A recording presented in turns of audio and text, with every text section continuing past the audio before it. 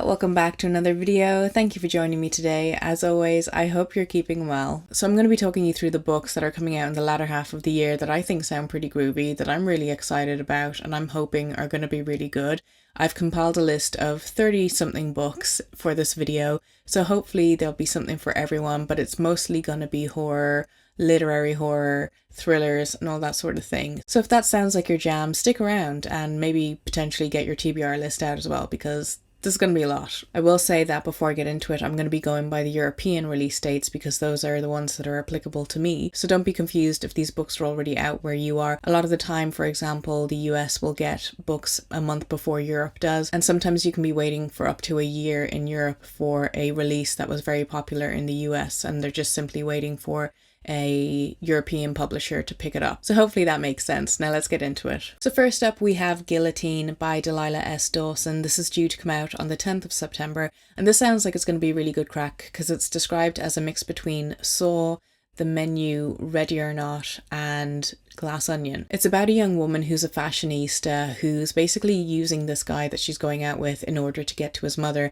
because his mother is an editor of some very popular fashion magazine. So what ends up happening is that he ends up inviting her to a family reunion of his, and this is going to be taking place in his ancestral home in this mansion on a private island.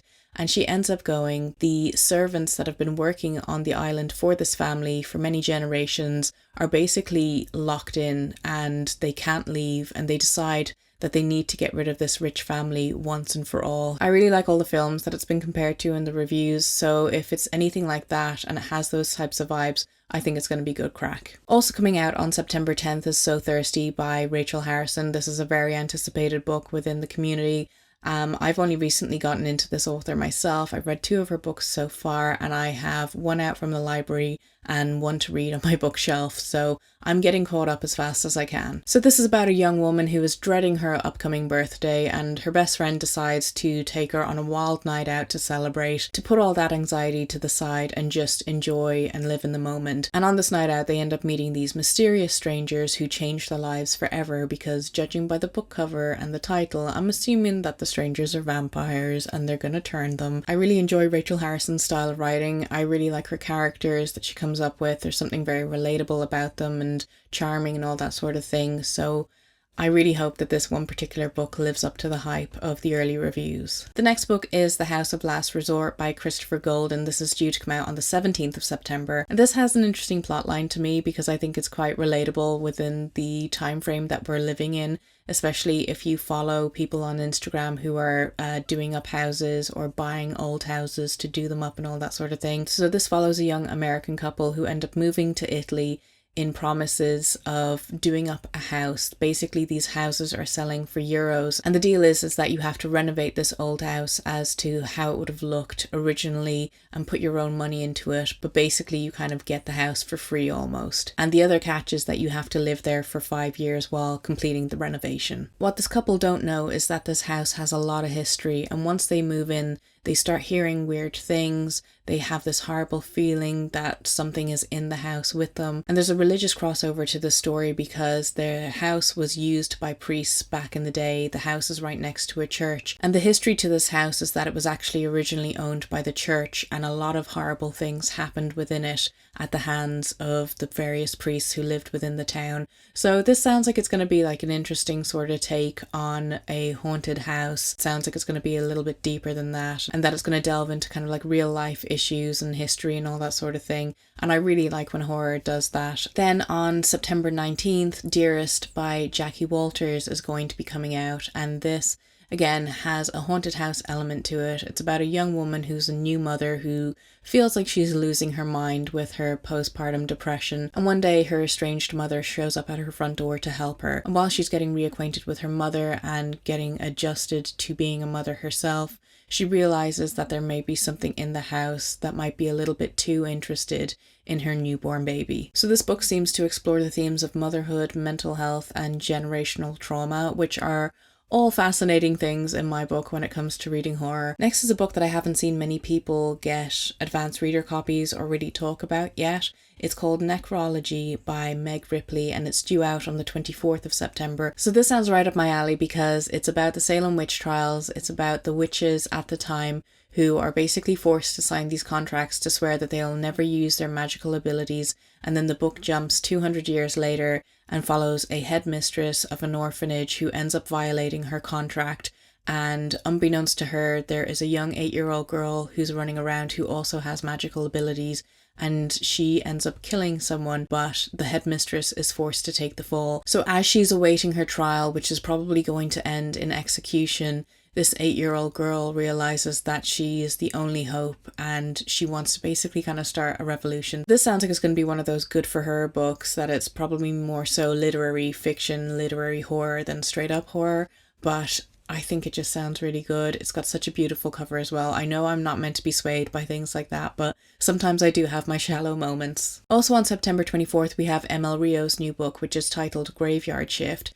Now, I wasn't a huge fan of If We Were Villains when we read it. It didn't have that hold on me that it seems to have on many other people, but this still sounds interesting to me, and it's definitely going to be one that I end up picking up, probably from the library, just to test the waters more so. So this seems to be set in a college campus, specifically in an ancient graveyard that exists on this campus, and it follows 5 characters who each night they end up passing each other within this graveyard as they all individually work the graveyard shift at their respective jobs. So one night, as they're all trying to make it home, they discover a fresh open grave. They have no idea who dug it or who it's for or why it's even there, because this graveyard isn't meant to be in use anymore. And together as a group they end up finding the grave digger and following him and trying to find out what this mystery is all about. So that's really all I know about this book so far. It does sound like it has a very interesting premise. I haven't seen very many advanced reader reviews so far, so that's going to be something that I'm looking out for. But like I said, it'll probably be a library borrow.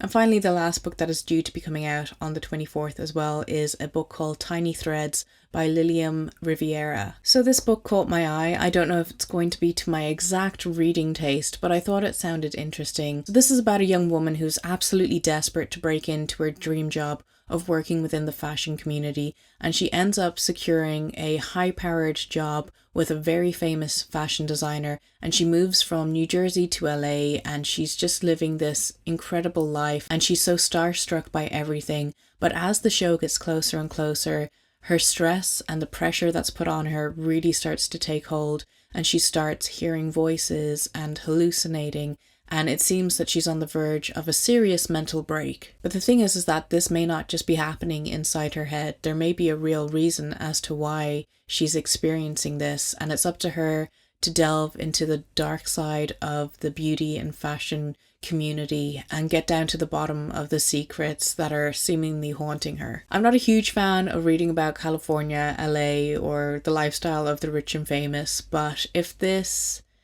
has a lot of suspense and atmosphere in it, I can get through it. So probably my most hyped book for the month of September is A Sunny Place for Shady People by Mariana Enriquez. This is her new short story collection that's due to be coming out on the 26th of September, and I'm so excited for it. If you're familiar with her work, then these stories yet again feature some of her most used themes, such as the macabre, the occult, parenthood, motherhood, LGBTQ counterculture, just a blending of reality meets spooky things. I think she's one of the best writers that's out there currently, and I'm just so excited for this. And I love the fact that the book cover, at least the UK book cover, matches the previous releases, because I love a little bit of continuity. The next book isn't necessarily horror, it's more so literary fiction, but I feel like some of the themes that it explores are definitely horrific. And this is Reservoir Bitches by Delilah de la Cerda. This book got on my radar because it's partly translated by one of my favourite working translators at the moment, Heather Cleary. She has done a lot of work on books that I ended up really loving, so she's one of those translators who I follow what she works on, because I feel like anything she works on is going to be automatically like a 4 or 5 star read for me. So this book follows 13 different Mexican women, and the stories are all linked together through the trials and tribulations, and it's very much a female-centered book that is focused on the female experience growing up in Mexico, and more so the dark side of things that can happen to young women there. So this may not be a straight up horror novel or anything like that, but I feel like the themes are pretty dark and it's probably going to be one of those kind of devastating reads. But again, one of my most anticipated books of the year. The next book that's coming out also on the 26th is one that I'm really looking forward to. It's the Empusium by Olga Tokarczuk. This is meant to be like a hotel holiday resort type of horror novel, and it sounds fantastic. It's set in Poland in 1913, and it follows a young man who is suffering from tuberculosis. In order to deal with this case, he's been brought to a very unique health resort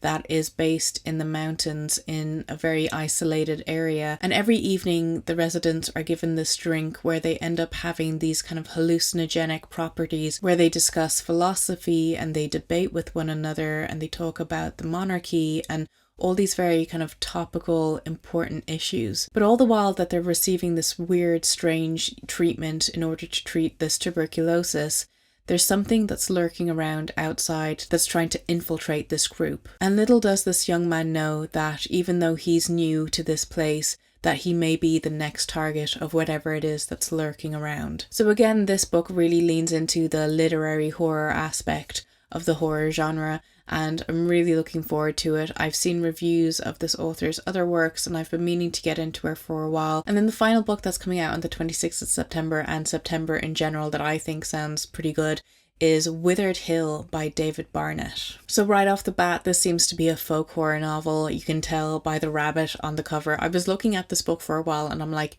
is this book not already out? And I just think it's because there's so many folk horror novels that have depictions of rabbits on the front that I'm just getting all confused. So this follows a young woman who a year prior, she stumbles into this mysterious village surrounded by woodland. She's completely naked. She has no memory of how she got there. She has no memory of why she's there, and she has no idea what this place actually is. And this village is very peculiar because it seems like it's from a very specific place in history. It's drenched in pagan ideology and folklorish traditions, and she really just seems so out of place there against these villagers who just seem to be of such a certain time. So as this woman is desperately trying to remember who she is or have any memories of her past whatsoever, she realizes that she's actually a prisoner in this town, and this is after many failed attempts of trying to leave. I've been on a massive folk horror kick. Anything folk horror I've been trying to devour as much as possible recently, and I am really looking forward to this. This sounds like something that has a lot of mystery to it. Then kicking off the month of October, we have The Bog Wife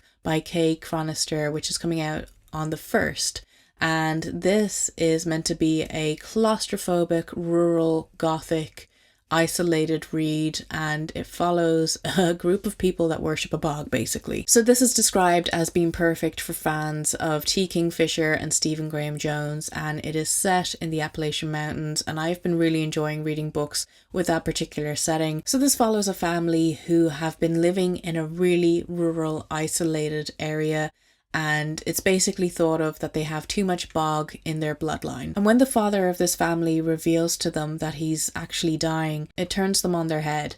And for some people, they realize that they're going to be the one who has to step up and, be in their father's shoes. For others who've gotten out, it means that they have to come back and deal with the ugly truth and the reality of their situation and their past. And it seems like this family is there for a very specific reason, that there's something in the bog that they're protecting, or there's something in there that they're trying to keep at bay.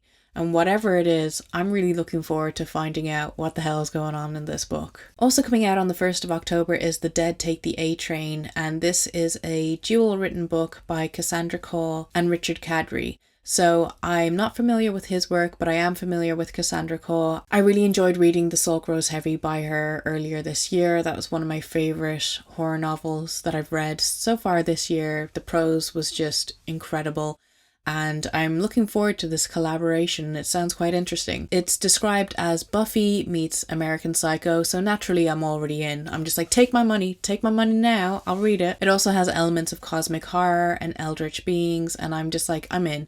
I'm totally in. I'm really looking forward to this. This also seems to have a lot of fantasy elements in it, which is what Richard is bringing to the story. And it follows a young woman who is desperate to work her way up in the magic scene, and she'll do it by any which way she can. So in order to reach her goals, she summons a guardian angel, but her magic goes wrong and she ends up awakening an eldritch being that is gunning for the destruction of the galaxy. So good job there. Again, this is another book that sounds like it's going to be full of fun, that doesn't take itself too seriously, and it's just going to be more so like an entertaining read, which is something that we all need from time to time. The 1st of October is a busy day and full of heavy hitters. We have Coup de Grace coming out by Sofia Ajram. This follows a young man who has decided to end it all by throwing himself into a river. But while he's on his way to that location, he steps off a subway and realizes that he has no way out. He finds himself in an endless looping station, going up and down steps and unable to find any sort of exit. And the longer that he spends exploring this place and going into various rooms and coming out again and going down these vast hallways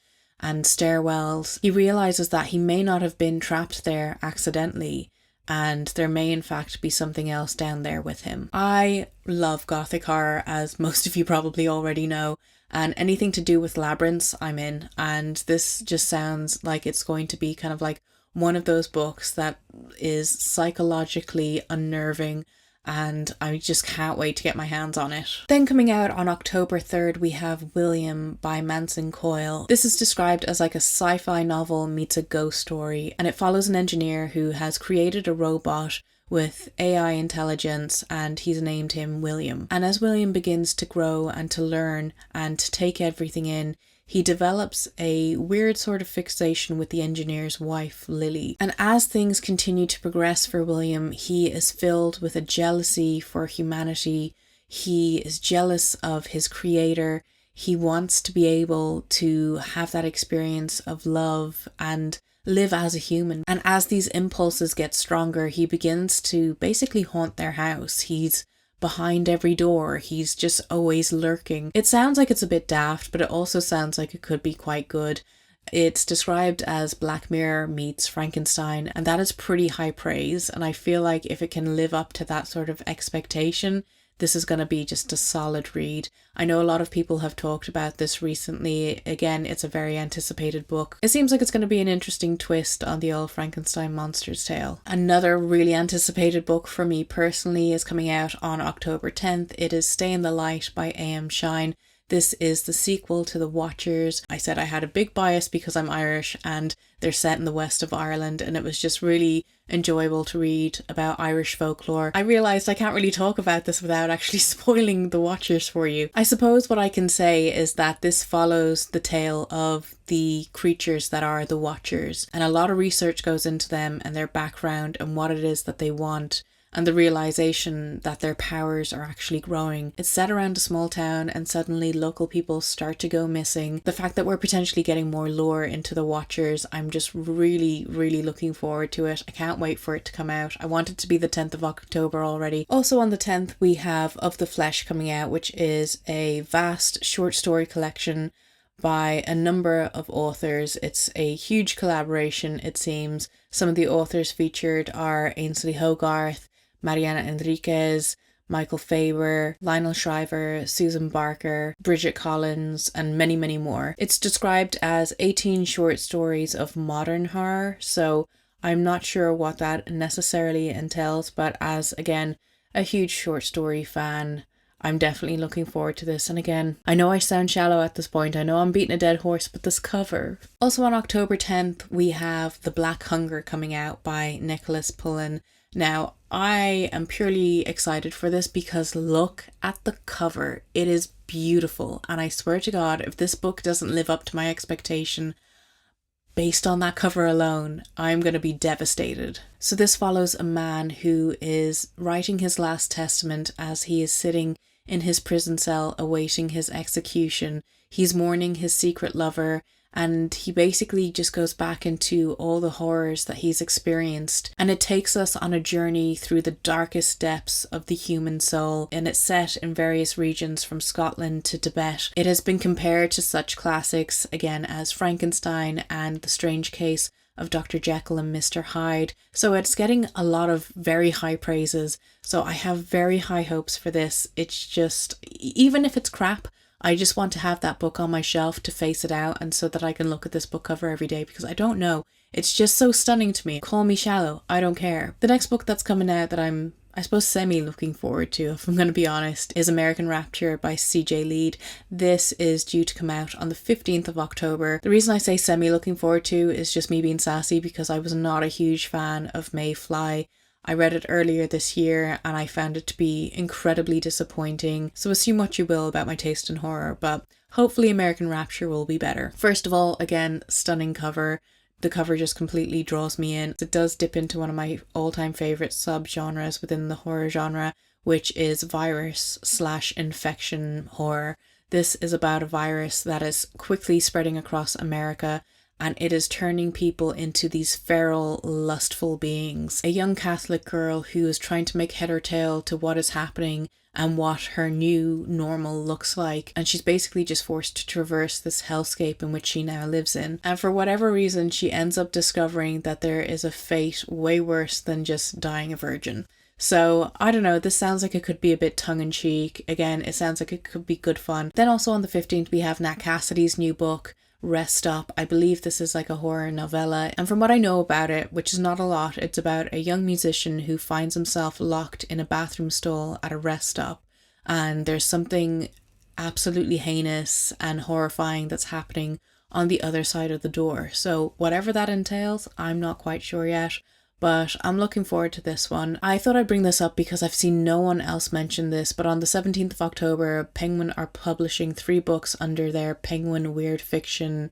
collection. So this is going to feature an Algernon Blackwood collection called Ancient Sorceries, a Gertrude Burroughs Bennett collection called Claim, and then also just a general anthology collection. I love how these covers look, and had I known about this collection sooner, I would have put the brakes on, because I just recently picked up a copy of Algernon Blackwood's short stories in the Oxford's Classics edition, but I'll have to put them side by side and see if there's any stories in this new edition that's coming out that I don't already have. I feel like this is a very cool collection. I think a lot of publishers should lean into their backstash of authors and put out reprints of their kind of weirder horror stories that they have. The next book is one that just recently got onto my radar that it was coming out, and ever since I found out about it, I just cannot wait for it. It is Corpse Mouth and Other Autobiographies, 10 Tales of Cosmic Horror by John Langan. This is from the author who did The Fisherman, which received really high praise,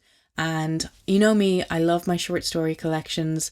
This has been described as like one of the perfect sort of books to read around spooky season. These just sound like interesting short stories to me. I'm really hoping that I enjoy this collection. Based on this author's ability to write, I have, again, high hopes for it. On the 22nd of October, we have the newest release in the Southern Reach. Well, I suppose it's not a trilogy anymore, it's a series. Absolution by Jeff Vandermeer is going to be coming out. So this is meant to be the final installment in the Southern Reach series, and the final kind of investigation into Area X. I have only read the first book in the series so far, and I read it so long ago that I can't even remember it, but because this book is coming out, the publisher has decided to re-release the first 3 books in these gorgeous editions, so I'm really looking forward to getting my hands on it. Again, another book that I'm really looking forward to and I'm very hyped for is Borrowbeck by Andrew Michael Hurley. This is by the author who wrote Starve Acre and a series of other, again, folk horror tales. I really enjoyed Starve Acre and I'm hoping that this will be just as good. So this follows the inhabitants of the town called Borrowbeck,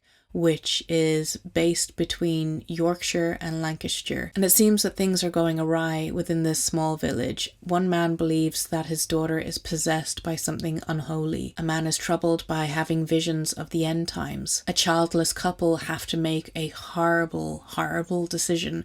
And it just sounds like all these residents are affected by whatever it is that's happening within this town. And this town has been there for around 2,000 years. And the darkness that resides there is not allowing these residents to end it anytime soon. So again, it sounds like it's going to be just one of those eerie, creepy folk horrors that dives a little too deep into, the real horrors of everyday life that people go through. Another book that's coming out on the 24th is Feast While You Can by Michaela Clements. I don't know about this book. It seems like it might be a little bit saucy. You know what I mean? It's blurbed by a couple of authors who I really enjoy, such as Julia Armfield. She said it's like It by Stephen King meets Call Me By Your Name but for lesbians. So Eric LaRocca also blurbed it, saying it is disturbing and arousing in equal measures. So this follows a woman who's living in a very quiet, most of the time dead town, and she's determined to be content with her life, so she does her everyday tasks such as walking her dog and attending her brother's heavy metal concerts and going to dive bars. But it's not until her brother's ex-girlfriend comes back to town that this really piques her interest. But despite it having romantic elements, it seems like it's also a monster book, because there's a monster in town who sets its sight on her because it feeds on the mess of everyday life, and her life is pretty messy, so the monster's like, you tasty. I don't know if this would be necessarily my cup of tea, but I thought I'd bring it up for the sake of the fact that, again, it's blurbed by some people who really know what they're talking about, and it seems interesting. Another release scheduled for this date is An Academy for Liars by Alexis Henderson. So the only book I've read by Alexis Henderson so far is The Year of the Witching, and I thought it was fantastic. I was blown away by her writing style and her prose and her use of language. It was very pleasing for my brain. So this follows a young girl who is accepted into this really prestigious magic college.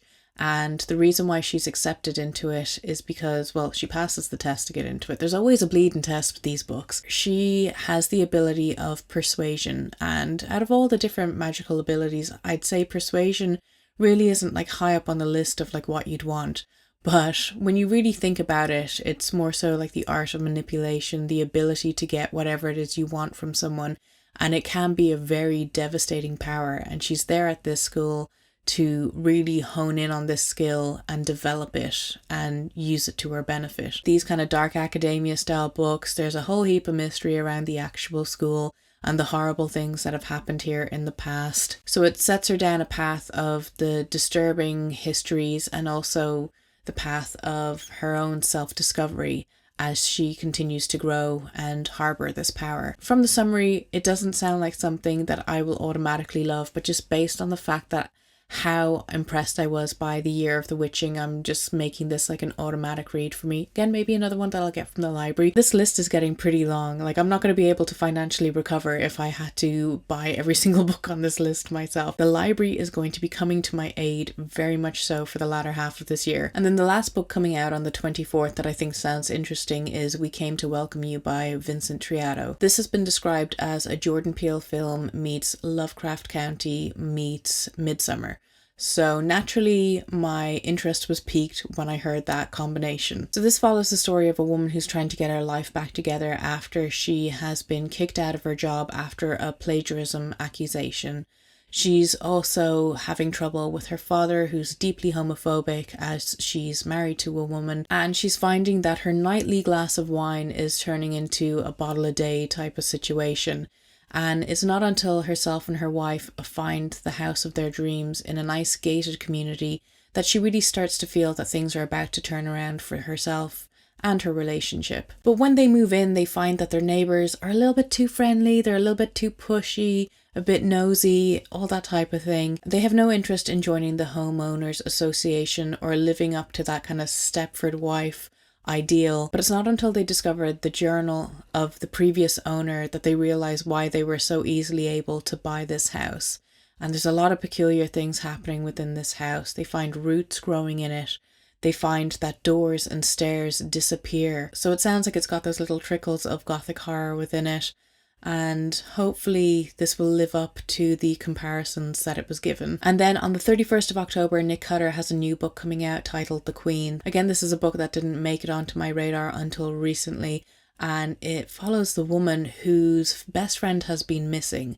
She's been missing for about a month, and one day she wakes up to a delivery on her front porch, and it's an iPhone. And when she turns on the iPhone, there's a message from her best friend. but it doesn't make any sense because the local police department just assumed that she's dead because she's been missing for so long and there's been no trace of her. So our main character, Margaret, is forced to really do the detective work herself, and she has to follow the breadcrumbs in order to find out the truth about what happened to her best friend, whether her best friend is still alive or whether it's somebody else who's messing with her. I don't know what this book is going to be like based on the synopsis of it because it's so brief, it gives you so little. We just know it's basically about a missing person sort of case. But you never know. A lot of people really enjoy Nick Cutter's writing. I've only read The Troop, and based off of that, I can't say whether I'm like super hyped for this particular release. But like I said, it wasn't on my radar until recently. Maybe it hasn't been on yours. And then moving on into November, we have Eliza Clark's new book, She's Always Hungry, which is her debut short story collection. This is coming out on the 7th of November. And I don't know much about it. I haven't even read any of her other books. She's an author that I've been meaning to read from for such a long time. Boy Parts got such high praise from people that I respect within the horror/literary fiction community. And again, if I didn't know any of the hype around this author, I still feel like I'd pick this book up just based on its cover. But I think it's kind of awesome. I love the kind of like vintage vibe to it, a monster vibe to it and all that sort of thing. Also on November 7th, we have Hampton Heights coming out. Now this is called Hampton Heights, One Harrowing Night in the Most Haunted Neighborhood in Milwaukee, Wisconsin. And it's by the author Dan Coyce. This has been described as Stand By Me meets Stranger Things meets The Twilight Zone. So this follows 6 paper boys who are sent out on a very dark and dreary night into a very haunted neighborhood. They're sent out in pairs as to supposedly keep them safe. The only reason why they're doing this is because they've been promised by their manager a cash bonus and a Burger King dinner. So throughout the night, the boys are going to be encountering various supernatural creatures such as werewolves and witches and monsters and all that sort of thing. Their manager is also going to be encountering a monster of his own, but he doesn't really realize it because she really doesn't look much like a monster. So based on the film and TV comparisons and the synopsis, I think this is going to be one of those like really kind of like wholesome, charming little reads. I don't think it's going to be too scary. I'm not the biggest fan of reading about children, but sometimes when the setting is correct and there's this like wave of nostalgia associated with it, it can be like absolute perfection and such a kind of spooky season read. And then a release due to come out on the 18th of November is I'll Be Waiting by Kelly Armstrong. Now I will say before I get into what this book is about, this is published by St. Martin's Press. And obviously there has been a lot of controversy around that at the moment based on the fact of the boycott ending supposedly. It kind of turned into a bit of a messy situation. Obviously what it's come down to is for us as individuals to decide whether we want to support St. Martin's Press and whether we feel that the work that they've done with Readers for Accountability over the last 10 months and whether we feel like we can go on and support it as a publishing company. In my personal opinion, I feel like the boycott is over. I don't feel like it's fair for just one person to come out and say that it's not, especially since they weren't associated with the Readers for Accountability in the first place. You had a lot of good people doing a lot of good work in that group, and it's really sad to see how they've been thrown under the bus and how the whole thing has kind of been forced to disband based on that. I feel like we definitely need, as a group, we need to have something in place, some form of communication for certain things in future that may happen, not just with St. Martin's Press, but obviously with other companies. And I just think that we should absolutely praise the work that everyone in the Readers for Accountability group have done over the last 10 months and all the time and effort that they put in. So I'll Be Waiting seems to follow a very kind of like medical side of horror. Again, I feel like that's something that's not really super popular at the moment, but it's a subgenre within the horror genre that I really enjoy reading from time to time. So this follows a young woman who didn't expect to make it into adulthood after being diagnosed as a child with cystic fibrosis. But she did, and she was able to marry a man and start a life, but it's not until he's killed in a horrible car accident that things really take a downward spiral for her. And it's not just because of the grief that she's experiencing. Because her story ends up going public, she ends up being hounded by spiritualists and people who just believe that they have a connection to the other side and feel that they can give her some sort of closure by connecting her to her husband one last time. But it's not until her family step in and give her some advice and clarity and say, maybe you should look into this, maybe it would give you some sort of closure, that she finds a reputable medium who comes to her house. But things immediately start going wrong from the second that this person is brought into her home. And the thing is, she's been keeping a big secret from everyone. This isn't her first time dealing with talking to the dead.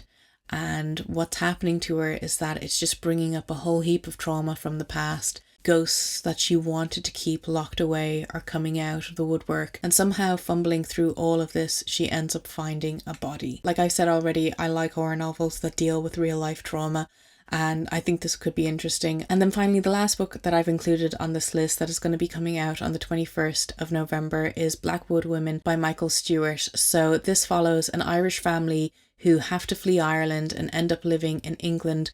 But when this woman's father is murdered by a man who is basically hunting Catholics, she realizes that she is no longer safe, and she finds this coven of women who end up kind of taking her in, and she's really just in awe of them because they just don't take men's shit whatsoever.